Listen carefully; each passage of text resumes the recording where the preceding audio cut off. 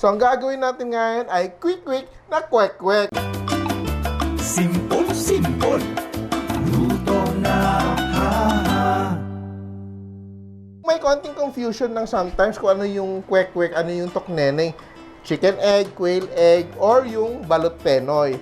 Pero, whatever you call it, sa ngayon, tatawagin lang natin siyang kwek-kwek. So, sisimulan natin sa ating sauce. So, gagawa muna tayo ng Manong Sauce. Yan.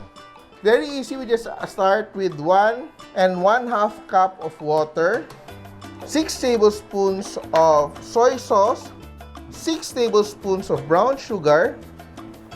Then, as our thickener, we add 3 tablespoons of flour, all-purpose flour, and 3 tablespoons of cornstarch. Bakit may cornstarch, may flour? Kasi yung texture ng Manong Sauce, lalo nakikita natin dun sa mga sidewalks, is hindi siya napaka-clear, di ba? Pag cornstarch yung ginagamit natin, medyo clear yung sauce. But, pag flour yung gamit mo, medyo cloudy yung itsura, di ba?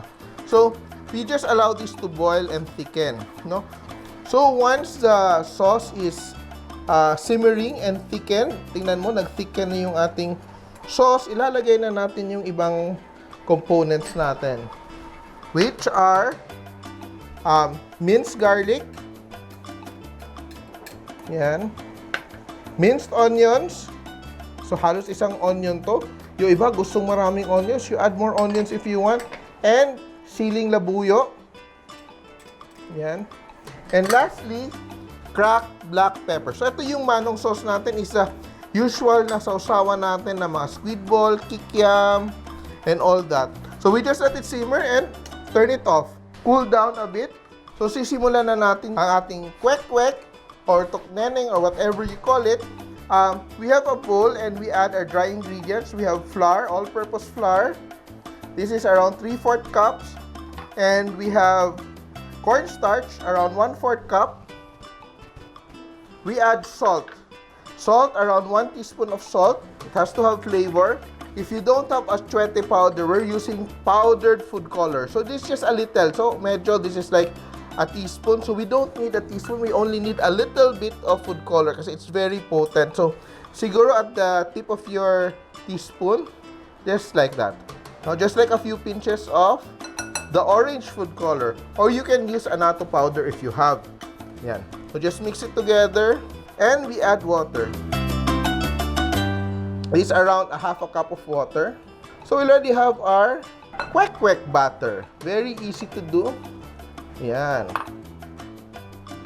And we just add a little bit of black pepper. Yan. So right now we have our hard-boiled eggs and our quail eggs. Lalagyan lang natin konting flour just to dredge, no? Para kumapit lang yung batter natin. Just a little. Toss mo lang. So, unahin natin yung ating hard-boiled chicken eggs. Yan.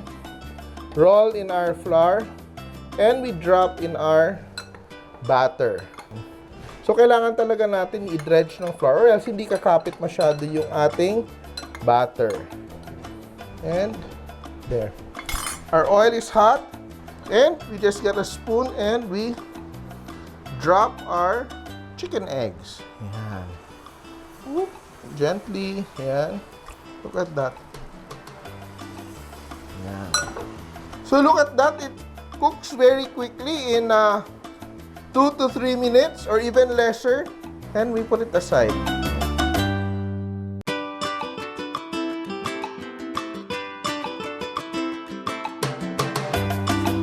Oh, di ba? Happy. Very easy to do. And we have our quail eggs here that have been dredged as well. And we just put it into our batter. Yan. Put it into our batter. And we just mix and toss. Yan. And fry one by one. Yan. Coat.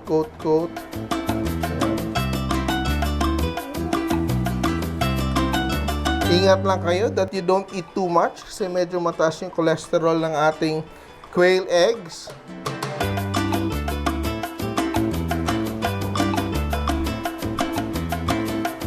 So, look at that. Yung nauna natin nilagay, luto na siya kaagad. Just let it cook a little bit more. And our kwek-kwek is done. Here, let it drip a little. Yan. Oh my God. Gusto ko na magmerienda. How about you guys?